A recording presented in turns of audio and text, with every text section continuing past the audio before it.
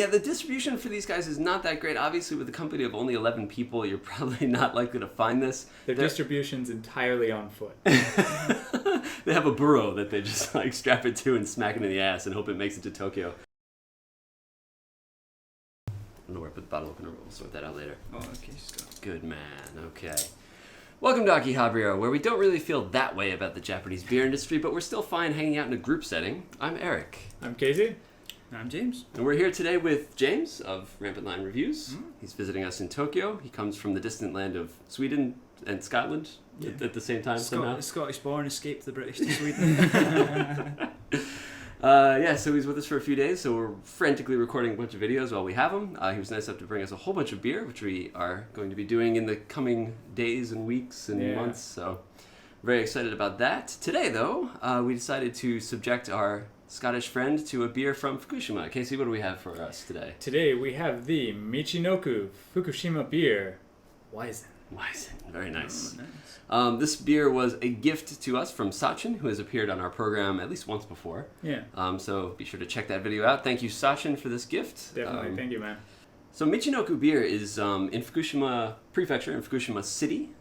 There's like this place outside of the city, kind of in the suburbs. I mean, the whole city is basically a suburb. Sorry, Fukushima. But there's outside of the city center, there's a place called Anna Garden, which is sort of like a shopping, restaurant, dining area, like a small, like almost faux Bavarian village that they've constructed around a church, St. Anna's Church, hence the name Anna Garden.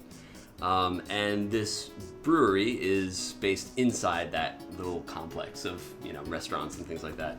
They've been around since about 2003. Anna Garden itself, I think, was around for about 20 years before that, 10 or 20 years before that, but the brewery is fairly recent.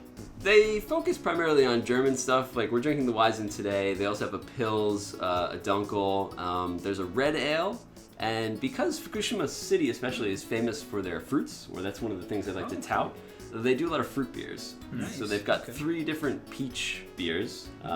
There's like a peach ale, a peach lager, and then like a yellow peach ale. So the flesh of the peach is a different color than the standard peach. They also do a pear something or other, and an apple ale of some kind. So they've got the big fruit beer focus.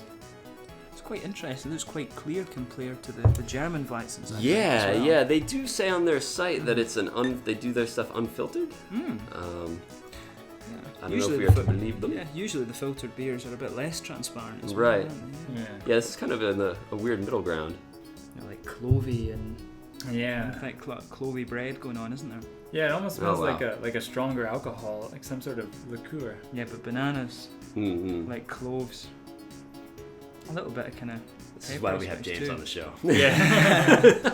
No, this one's not really got much hoppiness to it. No, it's it's definitely not on the aroma. Yeah, I mean that's quite common, but some German Weizens you do get a bit of the noble hop coming out, the grassy, floral kind of thing. Oh yeah, you can kind of see it's unfiltered when you hold it up. It's got a real nice color. And a fuzzy, like if I hold my fingers up, it's nothing but fuzz. A little bit of transparent. Yeah. So yeah, it's probably just your table actually makes it look clearer than it is. Yeah. The colour Damn of the table. table. It's a dirty ass table.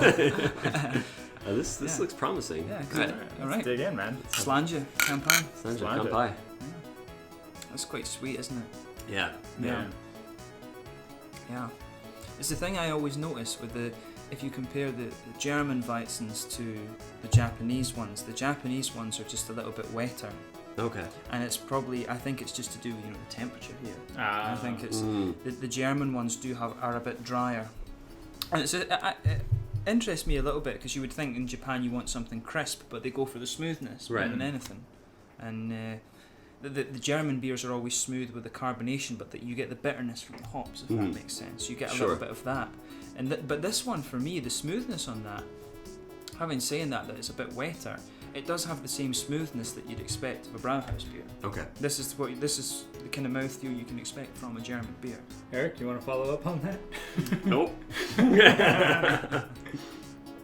Let me spend a little more time with this. Banana is real prominent, and the tail is, like you're saying, a little bit yeasty. Yeah. There is a little bit of the hoppy presence in there. You get a little bit of grass, like a kind of wet grassy thing, I think, and that's interesting. I think that's where the sourness. Because you always get with these I don't know if it's local hops or German hops that we've used in this, but you always get a little bit of citrus with the hops. Okay. I think. Yeah, you Okay, get just a yeah. little bit, and I think that's the sourness, and then you've got the yeasty Sure. too. I think, yeah. The one thing I would say about it is that if you compare it to like Weihenstephan or like Schneider Weiss or something, Okay. the Schneider Weiss, the specialist wheat beer brewery, Oh, the flavour isn't as strong.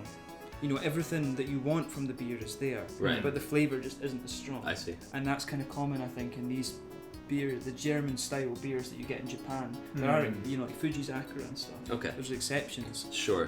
There are exceptions to that, but this one is one of the ones I think that's not as strong in flavour as the German ones. You find that the German styles made in Japan are a bit blunted in terms of like. flavor, like- Yeah, I think it's maybe like in America they're more like what the German ones are. The flavours are stronger.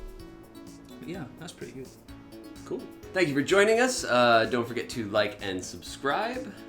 You can also check out our Twitter below on one of these sides. It changes all the time. And you can also check out James's channel. Yes. Again, thanks for Right. coming on. Yeah, And thanks for having me and giving me the beer. and- Sure. He's got a lot of awesome like Japanese reviews. He's here for quite some time, so he's been doing a lot of Japanese beer reviews while he's here. Bar reviews, things like Oh that. yeah, right? bar videos.